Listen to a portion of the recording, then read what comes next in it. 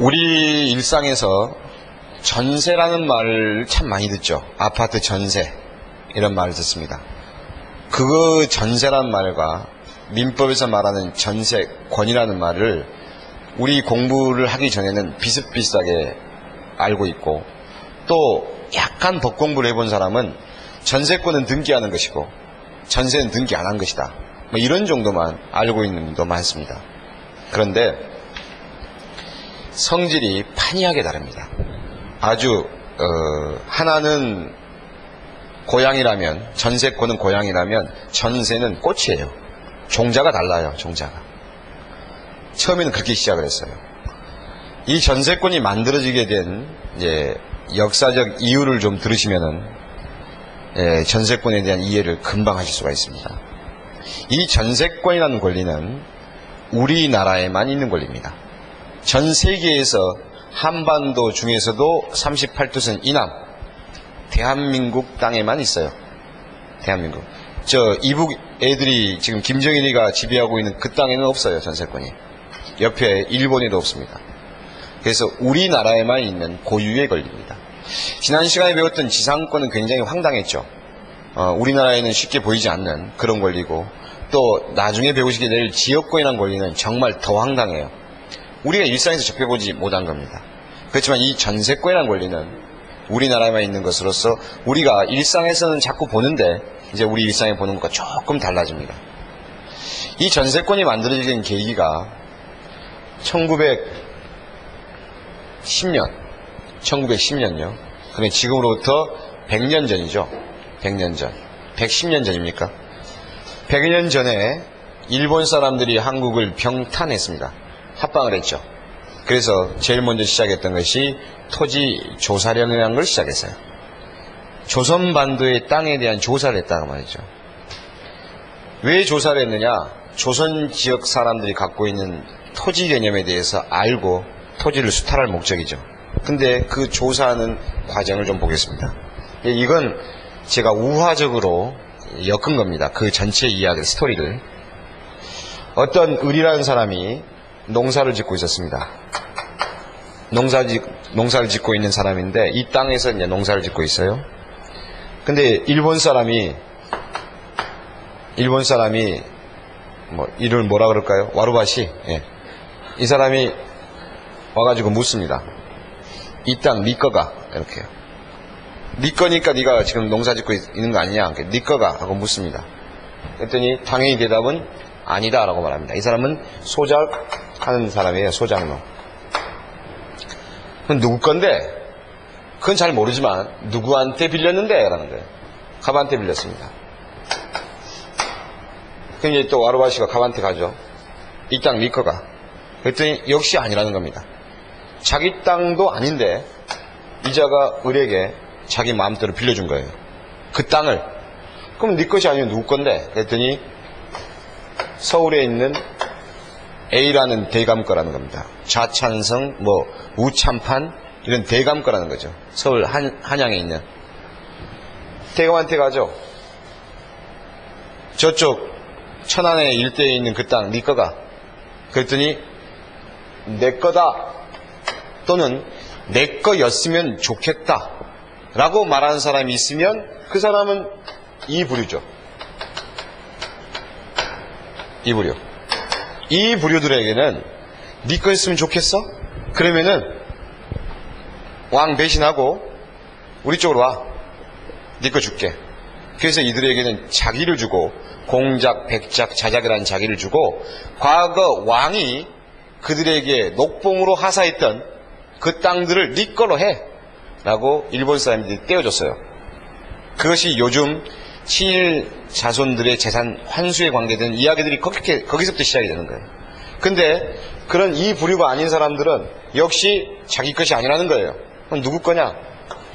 왕 거라는 거예요. 이것이 조선시대의 사람들이 갖고 있었던 왕토 사상이라는 거예요. 조선시대 사람들은 소유권의 개념이 없었어요. 당연히 조선 반도에 있는 모든 풀뿌리 돌 하나가 전부 누구 거예요? 왕의 거예요. 왕의 거. 왕으로부터 이 대감은 녹봉으로서의 그 지역에 뭘 받았느냐? 그 지역에 올라오는 생산물에 대한 공물을 받을 수 있는 권리를 준 거예요. 그것이 녹봉 대신 받은 거죠. 근데 만약에 이 A 대감이 모반을 일으켰다든가 반란을 일으켰다 그러면은 바로 이 대감 사형시키고 사형 내리고 다른 친구가 그 땅을 또 받는 거야. 그렇다면은 이 갑이라는 사람은 그 땅의 주인이 누구라고 생각해요? A가 아니라 왕이야, 왕. 그렇죠? 왕이고 이 갑은 A에게 뭘 주는 거예요? 그동안에 쌀, 보리 수확됐던 거 올려보내죠. 올려보낼 때 자기 것도 챙겨야 될 거 아니야. 자기 것 좀 챙기고 올려보냅니다. 이 갑한테 주는 사람이 누구예요? 을이죠. 을도 자기 먹을 거 챙기고 올려보내요. 그렇게.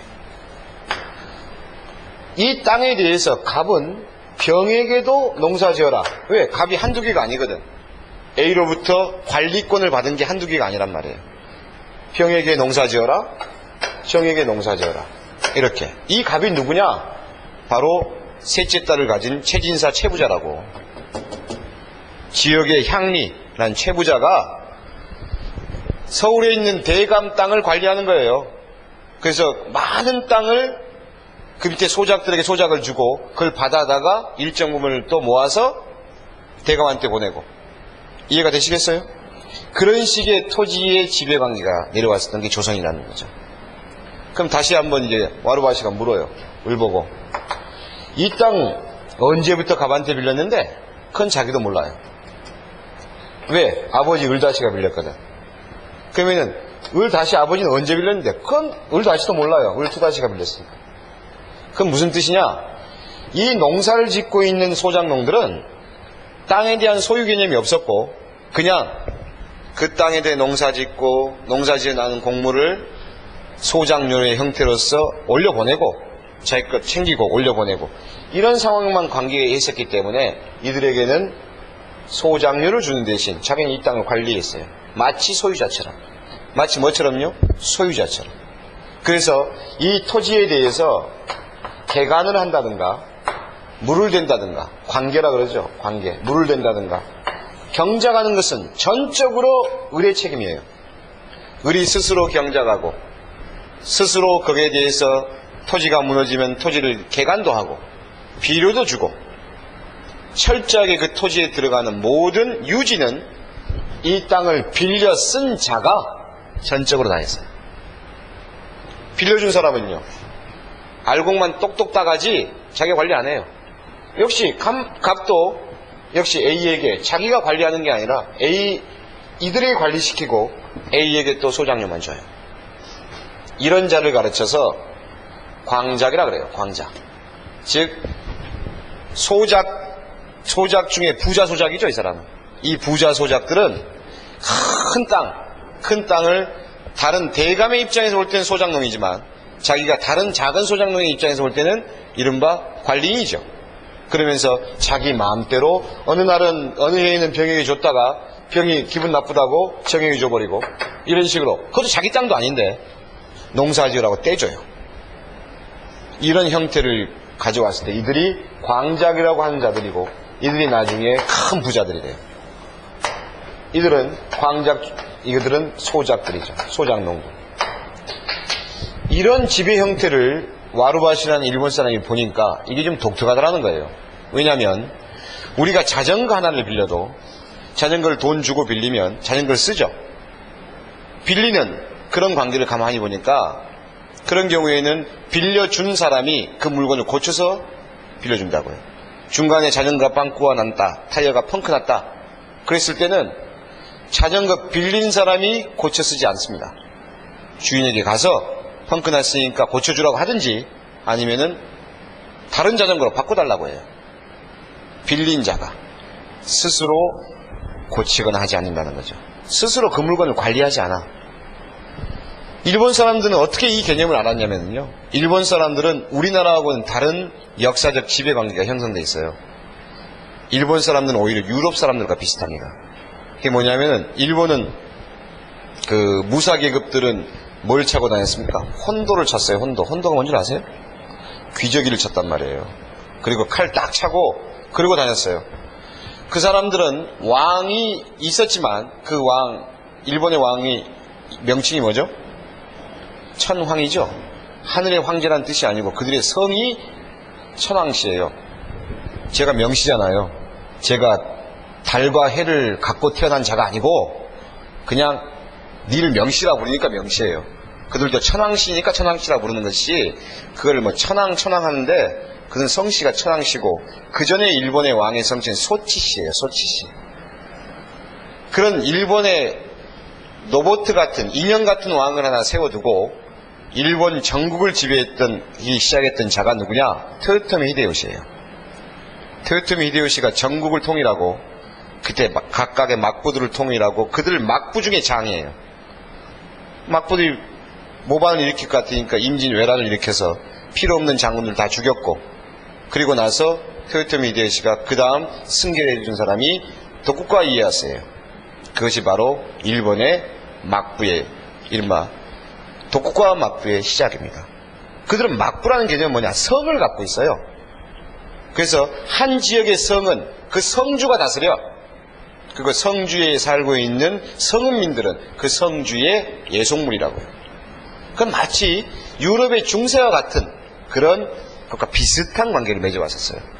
소리 유럽과 일본이 교류가 있어서가 아니라 이상하게 일본만 그랬다고요. 중국이나 우리나라는 절대 왕권이 있었다면 일본은 그렇지가 않았어요. 그렇기 때문에 빌려주는 개념, 이런 개념들 자체가 그들 사이에서는 우리와 같은 다른 개념을 갖고 있었던데 그것이 유럽의 법학이 딱 들어오면서 보니까 자기들은 맞아떨어지는데 한국에는 안 맞아요. 조선에는. 그래서 이렇게 토지를 빌리는 개념은 조선에만 있는 개념이구나 라고 생각을 했어요.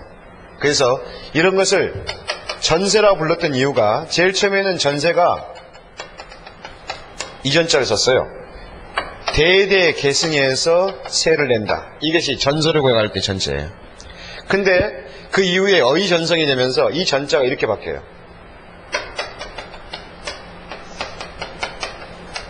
돌전자라요. 그래서 이 전세로 바뀌게 됩니다. 이것은 전세권이라고 하는 것은 양도가 자유롭다라는 거죠. 이 갑이라는 자가 자기의 권리를 애한테 넘겨주고 얘는 빠져나가고 서울로 대감으로 가고 얘가 또 A라는 사람의 승낙 없이 또 이 권리를 받아다가 넘겨주고 이런 식으로 그 권리가 뱅글뱅글 돌아가더라는 거죠. 남의 건데도 불구하고. 그래서 이 개념으로 바뀌다가 이것이 1910년 이제 1945년에 우리나라가 조선이 해방이 되고 나서 약 20년 동안 대한민국은 법이 없었습니다. 법이 없고 1967년에 이르러 대한민국 법이 만들어집니다. 그것이 현행 여러분 민법이에요. 근데 이 민법이 부끄러운 것은 뭐냐면 우리나라 고유의 법이 아닙니다. 이것은 일본 사람들이 만주라는 나라를 세웠을 때 만주국이라고 들어보셨어요? 그건 괴뢰국이라고 해서 종이에만 있는 국가예요. 마지막 황제였던 뿌이를 왕으로 내세워놓고 일본이 실질적으로 만주를 점령하면서 전 세계에 자기가 침략한 게 아니라 새로운 국가가 만들어진 것이다 라고 선전하기 위해서 만들어진 만주국이라는 걸 만들면서 종이에만 있는 국가를 만들면서 법이 필요하니까 몇몇의 학자들이 자기들끼리 모여서 법을 만들었어요. 그걸 만주국 민법이라 그래요. 이 만주국 민법은 실현이 불가능하다 할 정도로 이상적인 것이 들어가요. 양자가 맞지 않는 것. 그래서 외국의 법학들을 가져다가 기록하기 시작을 합니다. 어차피 안 써먹을 거니까. 바로 그 만주국 민법이 대한민국 민법의 모태예요. 여러분 민법의 모태라고요. 그래서 실제로 보면은 유럽의 법학을 가져온 것으로 보이고 그 속에 보면은 지상권이라든가 지역권이라든가 이런 권리들은 우리 국민들에게는 생소한 개념들이에요. 그것이 들어오기 시작을 합니다. 그래서 만들어졌을 때 이 전세권에 대해서 여러 가지 논의가 있었지만은 그냥 조선 의용민법이라고 하는 민사령, 일본 사람들이 지배했을 때 만들어진 그걸 그대로 차용해서 현행 전세권이라는 권리가 만들어지는 거예요. 이 전세권이라는 권리가 만들어지면서 우리 일반 시민들은, 일반 국민들은 이렇게 써왔어요.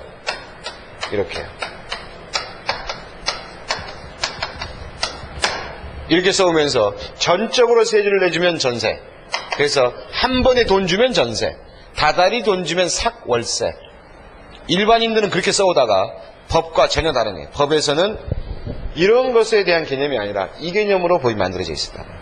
그래서 일반인들과 법에 대한 괴리가 있기 시작을 했어요. 이걸 고쳐야 되는데 우리 그 의원님들께서 워낙 바쁘시잖아요. 그래서 현재까지도 마음만 있지 40년 동안 못 고치고 있어요. 금년에도 틀렸어요.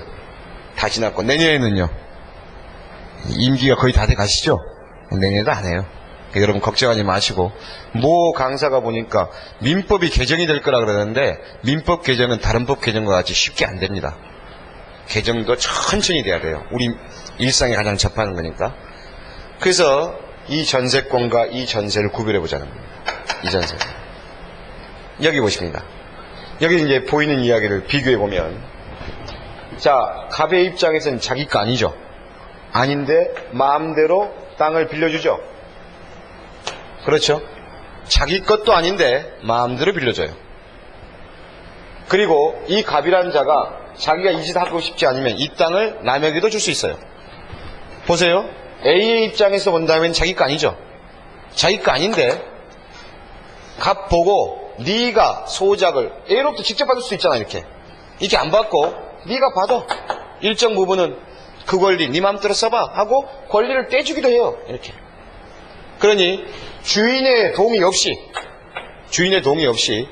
누구에게나 자기 권리를 떼주고 또 그 권리를 받은 사람은 그 땅을 자유롭게 이용할 수 있도록 권리를 떼주고, 그리고 이 권리를 가진 자, 그 땅을 빌려 쓴 자 스스로가 토지에 대해서 자기가 비용 들여가면서 개간도 하고 수선도 하고 한다는 말이에요. 이것이 전세권입니다. 그러면 여러분 이제 아파트 전세 한번 보시겠습니다. 아파트 전세. 아파트 전세에서 방바닥에 보일러가 터져가지고 아래층에 물이 셉니다. 그럼 아래층 사람이 올라와요. 올라와서 방바닥에 물이 새, 천장에 물이 샌다. 빨리 고쳐라. 그러면은 전세로 들어가는 사람이 후다닥 고치나요? 뭐부터 합니까? 그렇죠. 주인한테 연락하죠. 그럼 주인이 고쳐줘야 돼. 주인이 고쳐줘야 된다. 사는 사람이 안 고쳐요. 아까 방금 봤던 전세권은요, 그 땅을 이용하는 사람이 직접 개간한다 그랬죠. 직접 비용 들인다 그랬죠. 우리 아파트 전세에서는요, 직접 비용 안 들여요. 자, 우리 아파트 전세 들고 있는 사람, 자기가 살기 싫으니까 주인 동의 없이 옆에 다른 사람에게 네가 대신 살아라 할 수 있나요? 못해요. 그러면 주인 내보내버려요. 자기 마음대로 세를 내줄 수 있나요? 안 된다고 말해요. 방 한 칸 정도는 모르겠는데 전체를 다 다른 사람의 세를 주인 동의 없이 못 내줘요. 근데 만약에 그게 전세권이라면 주인 동의 받을 필요가 없어요. 그럼 여러분 지금 이것만 보더라도 여러분이 일상에서 보시는 전세가 전세권이 아니란 것 아시겠죠? 이해가 되시겠어요?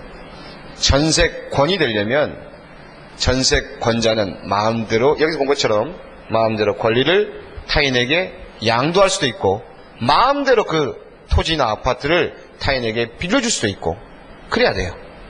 그리고 그 물건이 고장이 나면, 아파트가 망가지면 그 전세권으로 사는 사람이 전적으로 자기 비용으로 고쳤어야 돼요. 그러나 우리 현실은 그렇지가 않죠. 그러니 아파트 전세는 전세권이 아니다 말이에요. 적어도 이런 감각을 가지고 있어야 돼요. 아시겠습니까? 그래 놓고 나서 그럼 아파트 전세가 뭐냐? 그걸 이제 조문을 통해서 하나씩 알아보시겠습니다. 이런 역사적 배경을 통해서 나타나게 된 것이 이른바 전세권인데, 대한민국 헌법,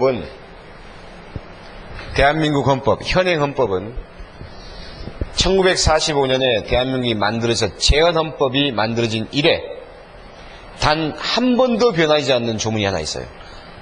건국헌법부터 지금까지 한 번도 안 바뀐 조문이 있습니다. 몇 가지가 되지만 그 중에 대표적인 게 뭐냐? 소작제 금지예요. 대한민국은 소작제를 금지하고 있어요. 그래서 우리나라에는 소작농이 없죠. 그렇죠? 그래서 농민들은 전부 다 자기 땅이죠? 아니에요? 현실을 말하는 거예요. 현실. 주변에 혹시 시골에 계시면 농사 짓는 사람 전부 자기 땅이죠? 아니에요? 대한민국은 소작농이 없다니까. 헌법에는 없어요. 있으면 안 돼. 헌법 위반이야. 그럼 대한민국은 지주가 없어요. 지주가. 농사 짓는 사람들은 전부 자기 땅이고 서울 사람은 지주가 아니야.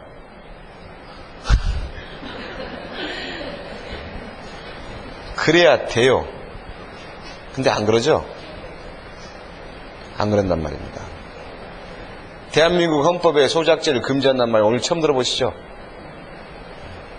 그래서 대한민국 민법전에는 전세권 자체가 원래 소작에서 출발했기 때문에 유일하게 농경지에 대해서는 전세권을 설정하지 못하게 하는 거예요. 여러분 받으신 프린트의 첫 페이지를 보시면 프린트 오늘 받으신 거 3 전세권 하고 쓰는 오늘 받으신 것 중에서 표지 없는 거 앞에 글 없는 거 이거요. 이거 못 받으셨죠?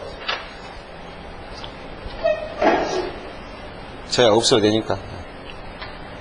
그 첫 페이지에 보시면 박스 내용에가 303조하고 조문이 나와 있죠? 보이세요? 303조 조문. 303조 조문에 보시면 전세권의 내용하고 나와 있는 것 중에 2항 봐보십시오. 농경지는 전세권의 목적으로 하지 못한다.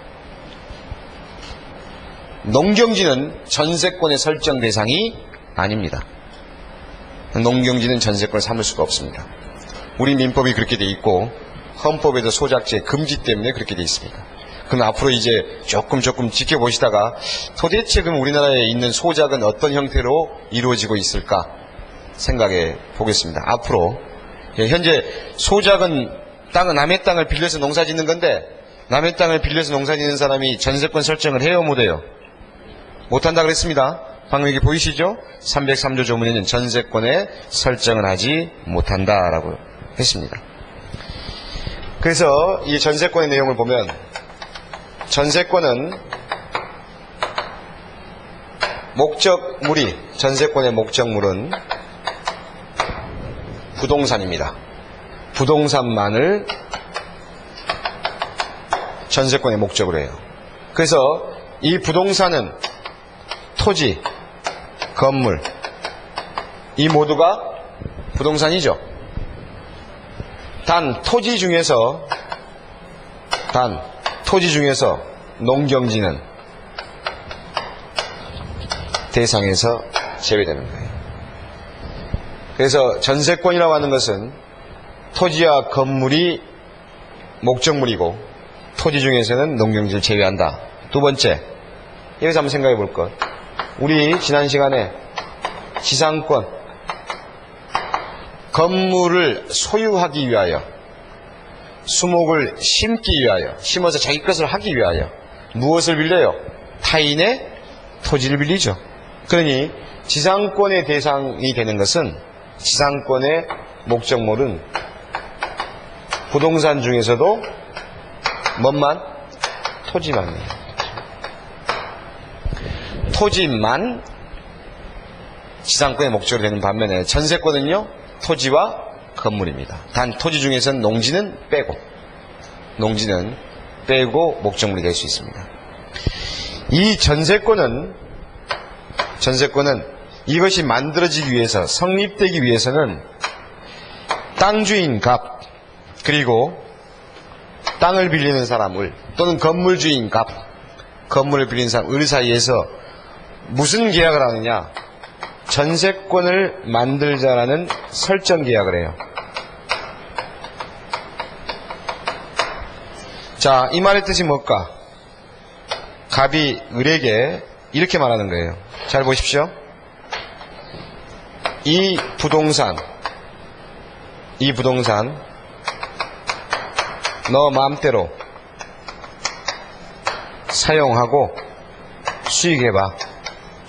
이렇게요. 이런 의도가 들어있으면 전세권이 돼요. 왜? 아까 여기 보세요. 물건은 사람이 물건을 지배한다 그랬죠? 소유자가는 사용, 수익, 처분할 수 있는데 그것이 용익 물건이면 사용과 수익에 대해서 물건에 관한 권리를 갖는다면 그 자는 사용과 수익 부분에 대해서는 자기 뜻대로 쓰는 거예요. 아까 지금 여기 을이라는 자가 빌려와서 배추를 심든 사과나무를 심든 이 자 마음이죠. 무슨 말씀인지 아시겠어요? 즉 물건을 사용 수익하는 측면은 네 마음대로 해보라는 거예요. 그런 의미가 들어있으면 물권이 돼요. 그래서 전세권을 설정할 때 이 계약 속에 들어있는 의미가 갑이 을에게 떼어주기를 이 물건 내 거지만 이 부동산을 네 마음대로 사용 수익해봐, 그런 의도가 들어있는 계약을 하고 그 계약 다음에 뭘 하느냐? 등기를 합니다. 그러면 전세권이 만들어져요.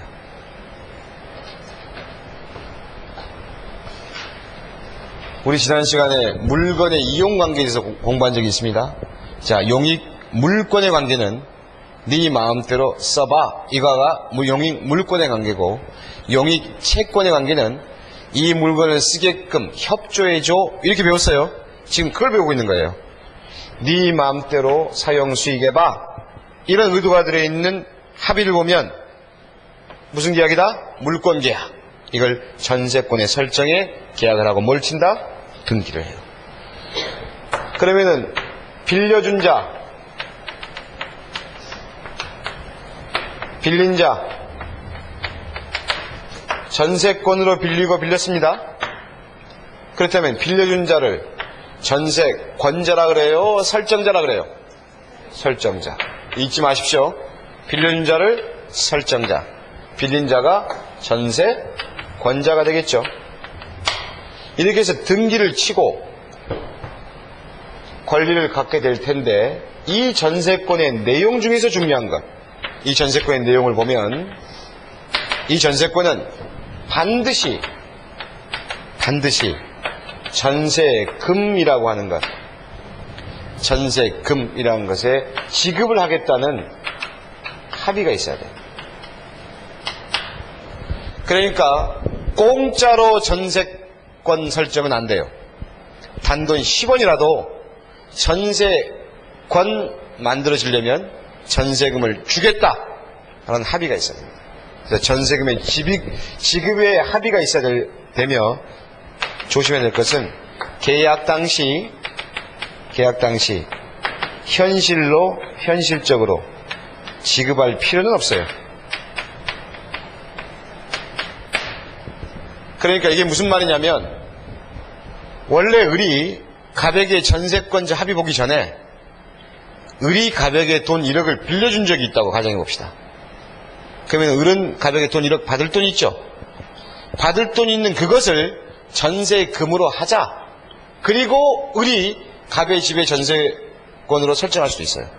현실적으로 안 줬죠. 옛날에 빌려준 돈이 있으니까 그 받을 권리를 전세금으로 합시다. 나중에 이 전세권 계약 끝나면 그때 가서 주기로 하고. 무슨 의미인지 아시겠어요? 그래서 과거에 이 사람이 금전을 빌려준 자가 금전을 빌린 사람에게 받을 돈이 있는데, 그 받을 돈을 지금 현재는 얘가 갚아야 되는 돈이 여기 있죠. 그러니까 야, 너 어차피 나한테 갚아야 되는데 내가 나한테 받을 돈, 그 돈을 전세금으로 하자 라고 합의 볼 수 있어요. 그렇지만 무상은 안 된다고 말이에요. 그러니 현실적으로 지급할 필요는 없고 그 돈을 전세금으로 하자, 이렇게 할 수는 있습니다. 그러니 이것은 지급의 합의는 필요하지만 현실적으로 지급할 것까지는 요구되지 않아요. 우리는 일반적으로 이제 지급은 하지만 반드시 그런 건 아니다는 거예요. 그리고 이 전세금은 원칙적으로 이것은 금전이 원칙이에요. 쌀이나 보리, 과거에 이제 1910년대에 있었던 것처럼 소작농들처럼 보리, 쌀 그거 보내는 게 아니라, 현재 근대 우리나라의 민법에서의 전세금은 무엇이 원칙이다? 금전이 원칙이에요. 금전. 돈을 주는 것이 원칙입니다. 이렇게 해서 전세권 계약을 하게 되면 이제 이 을이라는 자는 전적으로 일정 기간 동안에 자기 마음대로 사용 수익을 할 수가 있습니다. 그렇다면은 이 전세권의 존속 기간, 언제까지 이걸 존속할 수 있느냐, 언제까지 이것을 이 목적 부동산 사용 수익할 수 있느냐, 이것은 최대 10년까지예요. 물론 연장은 갱신은 됩니다. 갱신은 되지만 최대 10년까지 한 번 계약을 했을 때 최대 10년까지만 합니다. 그래서 이것은 최장기를 제한을 해요. 여러분 지난 시간에 공부했던 거 한번 떠올려 볼까요? 지상권은 최소 30년. 기억나세요? 지상권 한 번 계약을 맺으면 최소 30년은 무조건 보장을 해야 돼요. 그럼 최소 기간을 우리 뭐라 불러요? 최단기라 그래요. 최대 기간은요? 최장기라 그러겠죠. 연수를 따지는 게 아닙니다. 30년하고 10년 보면 30년이 더 길잖아. 그걸 따지는 게 아니라 보장을 따지는 거예요. 보장. 그래서 지상권은 최소 30년은 보장해야 돼. 그러니까 지상권은 최소 30년 보장을 하기 때문에 지상권은 최단기를 보장한다 그래요. 헷갈려요. 30년이 20년보다 10년보다 기니까 이게 더 장기 아니야 이렇게 생각이 쉬운데 그 뜻이 아니에요. 그런 의미가 아니라 최단기란 말의 뜻은 최소한이란 말이에요. 최소한 몇 년? 30년 보장.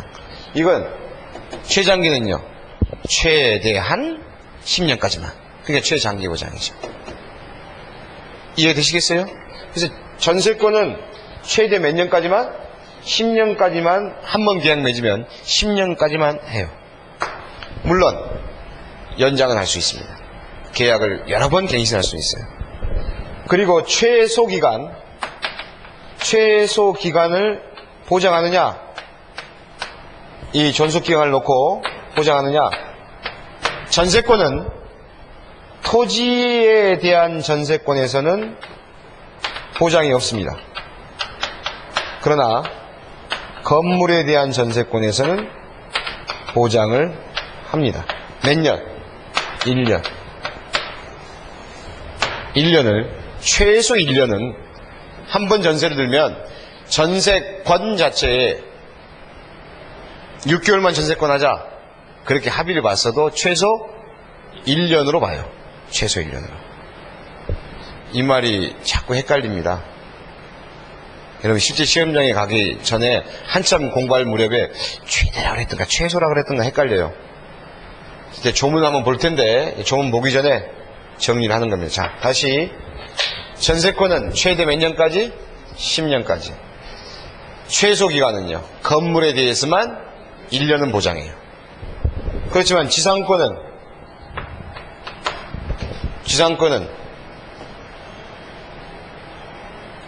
최소 30년, 최대 몇 년까지? 예? 그렇죠, 영구적으로. 지상권은 최대 영구적으로까지 인정해 주는 거예요.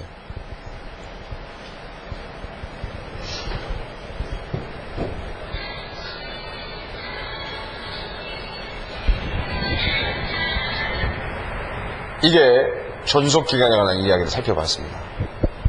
자, 밑에 CF는 잘 기억이 안 나시더라도, 자, 최대 10년까지 최소 건물의 전세권만 1년 보장을 한다. 살펴봤어요. 세 번째, 전세권은 물권이라 그랬죠. 물권. 그러니 전세권은 물권으로서의 특성을 다 갖고 있어요. 특징을 다 갖고 있어서 첫째, 이 전세권은 누구에게나 내가 전세권자라고 주장할 수 있겠죠. 그래서 이 전세권은 절대적 성격을 갖고 있어서 누구에게나 주장해요.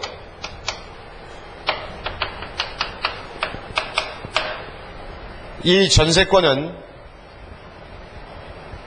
누구에게나 자기 권리를 원칙적으로 양도할 수 있습니다. 그래서 권리 자체를, 전세권이라는 권리 자체를, 이 권리 자체를 원칙적으로 자유롭게 양도가 됩니다. 넘겨줄 수 있어요. 그래서 주인 갑의 동의 없이 을은 병이란 자에게 네가 전세권자 해 하고 넘겨줄 수 있다는 말이에요. 지상권도 가능하다 그랬죠. 지상권도 누구의 주인 동의 없이 지상권이라는 권리를 가진 자가 넘길 수 있다 그랬어요. 전세권자는 권리 자체의 양도도 자유롭지만은 그 빌렸던 부동산을, 목적된 부동산을 원칙적으로 자유롭게 마치 주인처럼 전전세권이라고 하는 것, 다시 등기쳐서 빌려줄 수도 있고 임대를 해줄 수도 있어요. 자유가 있다는 거예요. 원칙적으로. 이것이 전세권이 물권으로 갖고 있는 중요한 특징입니다. 그런데 이 전세권자는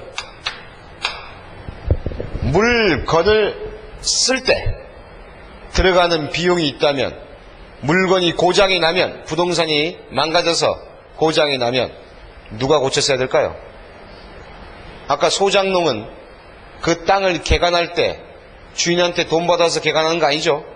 소장농은 스스로 물도 대고 스스로 흙도 갈고 마치 자기 땅처럼, 그게 소장농이었죠. 전세권도 똑같다고 말이에요. 그 물건을 고치고 개량하고 수선하고는 누가 해야 돼요? 빌려준 사람 아니면 빌린 사람? 빌린 사람. 누가? 전세권자가. 그래서 전세권자가 수선하고 유지해야 될 의무에 대해서는 전세권자가 수선과 유지의 의무가 있다고 말해요. 그러니 그것 때문에 들인 비용이 있다면 반드시 드려야 될 비용이겠죠. 고쳐야 되니까.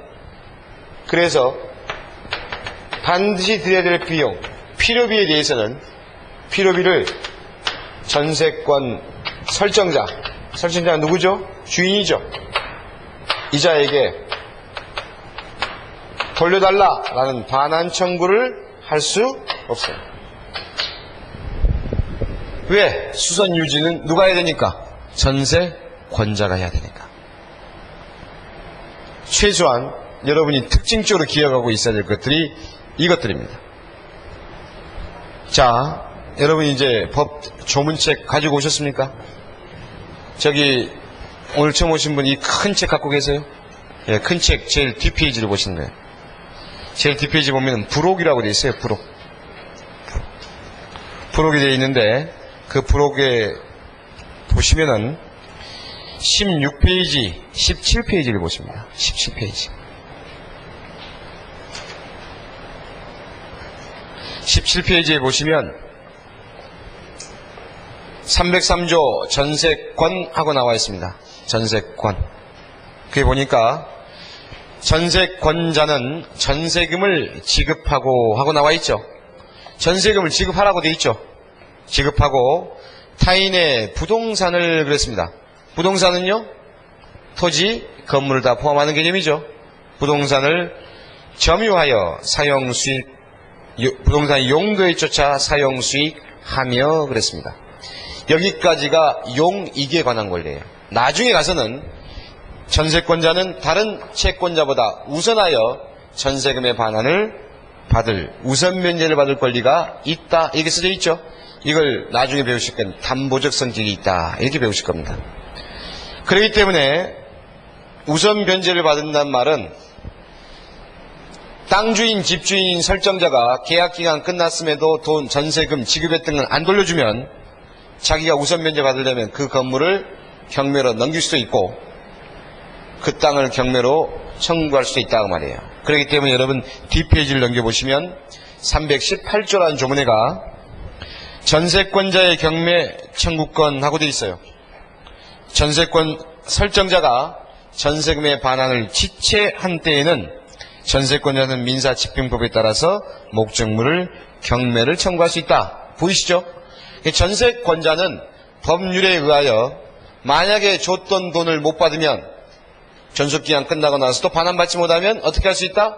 해당 부동산을 경매로 넘길 수가 있다라고 하는 것도 우리가 여기서 미리 볼 수가 있습니다. 이제 중요한 조문 몇 가지만 더 보겠습니다. 다시 17페이지로 넘으셔서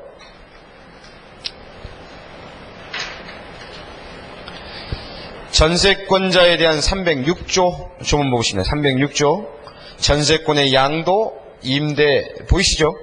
전세권자는 전세권을 타인에게 양도 무엇을? 땅을 아니면 권리를 전세권이라는 권리를 타인에게 양도 또는 담보로 제공할 수 있고 뭘로 제공할 수 있다고요? 담보로. 그러니까 권리를 담보로 맡겨요. 권리를 담보로 제공할 수 있고 그 존속기간 내에 그 목적물을 타인에게 전전세 또는 임대해 줄 수도 있다. 보이세요?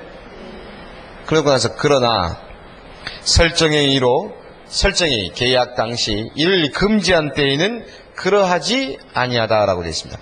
이것과 비교해 볼 것 앞에 15페이지를 넘어가 보십니다. 15페이지 지상권하고 보여요? 보이시죠? 거기에 282조 봅니다. 지상권자는 타인에게 그 권리를 양도하거나 그 권리의 존속기간 내에서 그 토지를 임대할 수 있다. 이렇게 되어 있죠. 근데 그러나 당사자가 설정의 의의로 이를 금지한 때에는 그러하지 아니하다. 이 말 있어요? 없죠. 이것이 지상권과 전세권의 또 차이점이기도 해요. 지상권은 원칙적으로 둘이 계약할 때 이런 금지 합의를 본다 하더라도 무효가 되지만 전세권에서는 어떻습니까? 양도 금지를 할 수도 있습니다. 다시 307조 나오는 17페이지 보시면 전세권 양도의 효력하고 써져 있는 것. 전세권을 양수받은 양수인은 전세권 설정자, 주인에 대하여 전세권 양도인, 전에 전세권을 가졌던 자, 그자와 동일한 권리와 의무가 있다. 그래 놓고 나서 309조 조문봅니다. 309조 보니까 전세권자는 목적물을 현상에 유지하고 그 통상의 관리에 속한 수선을 하여야 한다. 누가? 전세권자. 전세권자가 빌려준 사람이에요? 빌린 사람이에요? 빌린 사람이죠. 빌린 사람이 수선하고 통상의 관리에 속한 수선해야 되고 현상을 유지할 의무가 있다는 것이에요. 그렇기 때문에 전세권자는 310조에 보면 전세권자가 목적물을 개량하기 위하여 지출한 금액은 반환 청구할 수 있지만 목적물을 유지하기 위하여 지출한 금액에 대해서는 조문이 안 나와 있죠. 꼭 들어가야 될 돈을 들인 것에 대해서는 반환을 구할 수 있다는 조문이 없어요. 잠깐 컨닝을 해볼까요? 이런 조문과 유사한 조문이 어디 있는지 컨닝해서 페이지 수를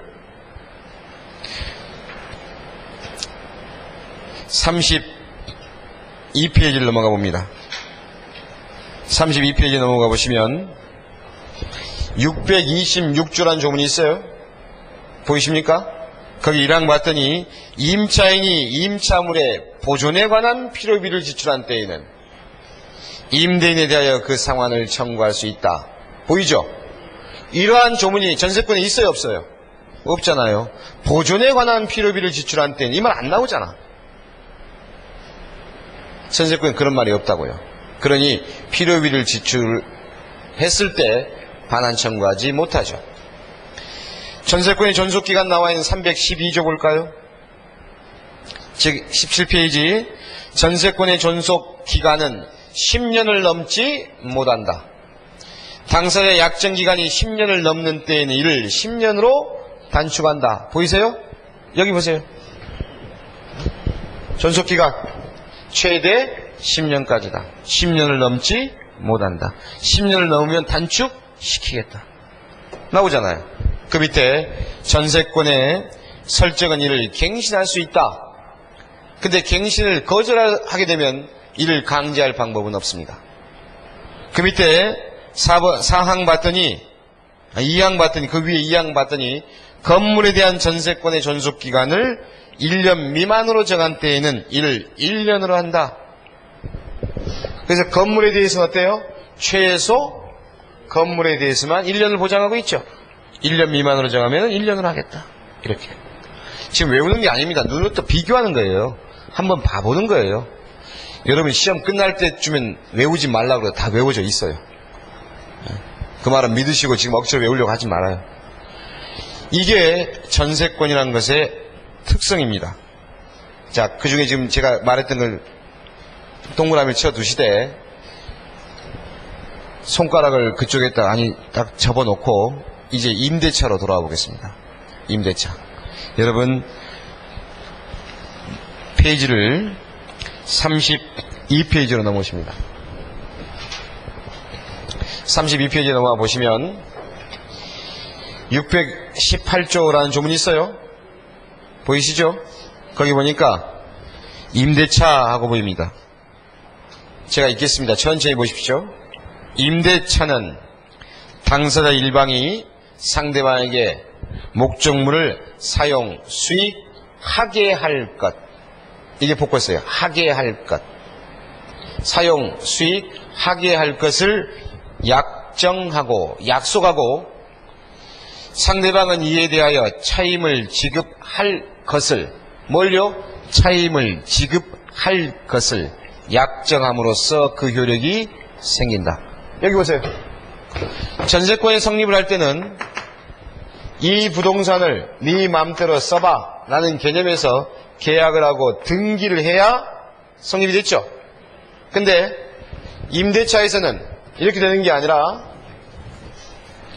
계약을 하면서 이렇게 갑과 을이 계약의 내용을 봤더니 임대인이나 물건을 빌려준 임대인이 물건을 사용하고 수익하게 할 것 이렇게 나와 있죠.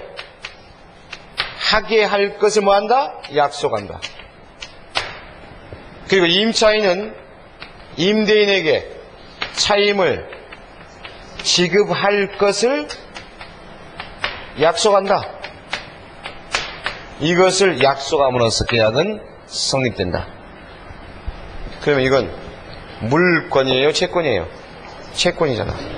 상대방에게 일정한 행위를 요구하는 권리. 그렇기 때문에 그들은 의무를 부담하고 하게 하겠다 약속했으니 이제 임차인은 임대인에게 뭘 주장해요?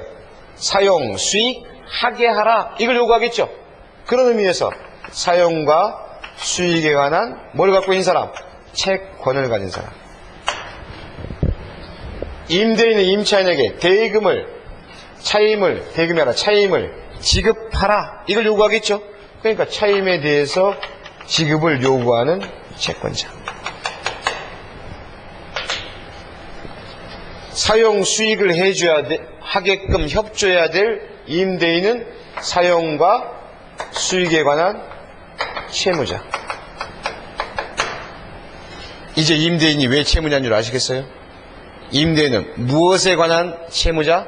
임차인에게 목적물을 사용, 수익하게 할 의무가 있는 자.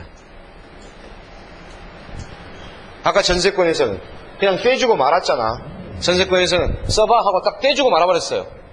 근데 임대차에서는 임대인이 끊임없이 사용, 수익하게 해줘야 돼. 사용, 수익하게. 그래서 이제 여러분 조문책 32페이지에 623조 한번 봐보세요.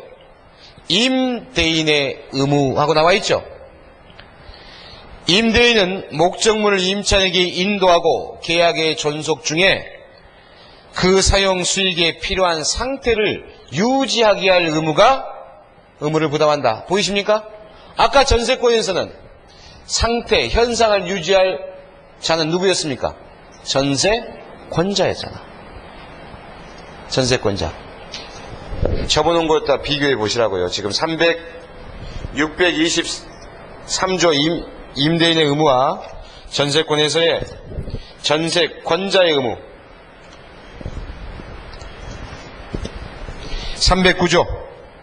309조에 보시면은 전세권자의 수선 유지 의무가 있었죠. 전세권자가 빌린 사람이에요, 빌려준 사람이에요? 빌린 사람. 임대인은 빌린 사람이에요, 빌려준 사람이에요? 빌려준 사람이죠. 전혀 거꾸로 되어 있잖아요, 지금. 전세권에서는 빌린 자가 수선 유지를 해야 되고, 임대차에서는요, 빌려준 사람이 수선 유지라는 거야. 그렇기 때문에 보일러가 터지면 주인한테 전화하는 거예요. 방바닥에 물 새서 내 여기서 못 산다, 추워서. 그러니 빨리 고쳐라 라고 주인한테 전화하는 이유가 바로 여기 있다고 해요. 그럼 여러분, 아파트 전세는 이제 전세가 아니라 임대차라는 거 보이세요? 임대차인 경우에는 주인에게 고쳐달라라고 요구하잖아요. 왜? 주인, 임대인이 하게 할 것을 약속했으니까. 따라서 그 밑에 보시면 다시 623조 쪽에 넘어와서 32페이지 조문책에 623조가 임대인의 의무가 사용수익에 필요한 상태를 유지할 의무가 있으므로 이것을 임대인이 돈 안 들이고 임차인이 대신 돈을 들였다면 그 돈은 무슨 비용이에요? 필요비죠. 그러므로 626조에 임차인은 임차물의 보존에 관한 필요비의 상환을 청구할 수 있다. 629조 봅니다. 629조 보면은 임차권 양도 전대의 제한, 권리를 넘기는 것과 다시 빌려주는 것을 제한하고 있죠. 임차인이 임대인의 동의를 없이 그 권리를 양도하거나 임차물을 전대하지 못한다. 전항의 규정에 위반한 때에는 임대인은 계약을 해지 끝내버릴 수 있다. 두 개 비교가 되세요? 그리고 존속기간에 대해서 보시겠습니다. 존속기간은 이제 뒤쪽에 넘어와 보시면 651조라는 조문이 있습니다. 34페이지에 석조, 석회조, 연화조, 돌건물, 돌회벽건물, 기하건물, 이와 유사한 경과한 건물이나 기타 공작물의 소유를 목적으로 하는 토지 임대차나 식목이나 재렴을 목적으로 하는 토지 임대차의 경우를 제외하고 나서는, 이걸 제한 외에는 임대차의 존속기간은 20년을 넘지 못한다. 그러니까 전세권과 유사하게 전세권이 10년을 넘지 못한다라고 나와 있고 임대차는요 20년을 넘지 못한다, 이렇게 나와 있어요. 이제 여러분이 제가 적진 않았지만은 비교해보면, 자, 전세권이 성립이 될 때는 계약으로만, 계약하고 등기를 해야 되지만 임대차는요 계약으로 끝나는 것이고, 전세권에서는 전세금의 지급의 합의가 있듯이 계약에서도 차임의 지급의 합의가 있고, 그 다음에 존속기간은 전세권은 10년 최대, 임대차는요 최대 20년까지 제한을 하되, 차이점은 누구에게나 전세권은 권리를 양도할 수 있는 것이 원칙이지만 임대차는 권리 양도가 안 되고, 자유롭게 목적 부동산을 빌려줄 수 있는 게 전세권은 원칙이지만 임대차는 그것이 아니더라. 그리고 수선 유지 의무, 특히 조심하실 것. 전세권에서는 빌린 사람이 수선 유지를 하지만 임대차에서는요 빌려준 임대인이 수선 유지가 의무가 있다. 이것의 특징은 바로 채권과 물권의 특징인 것이에요. 조금 쉬었다가 이제 이렇게 산만하게 적었던 것 표로 그려진 걸 보고 다시 한번 정리를 해봅시다. 그리고 왜 주택임대차 보호법이 나오게 됐는가, 그 이유만 좀 알아보도록 하죠. 조금만 쉬었다 보세요.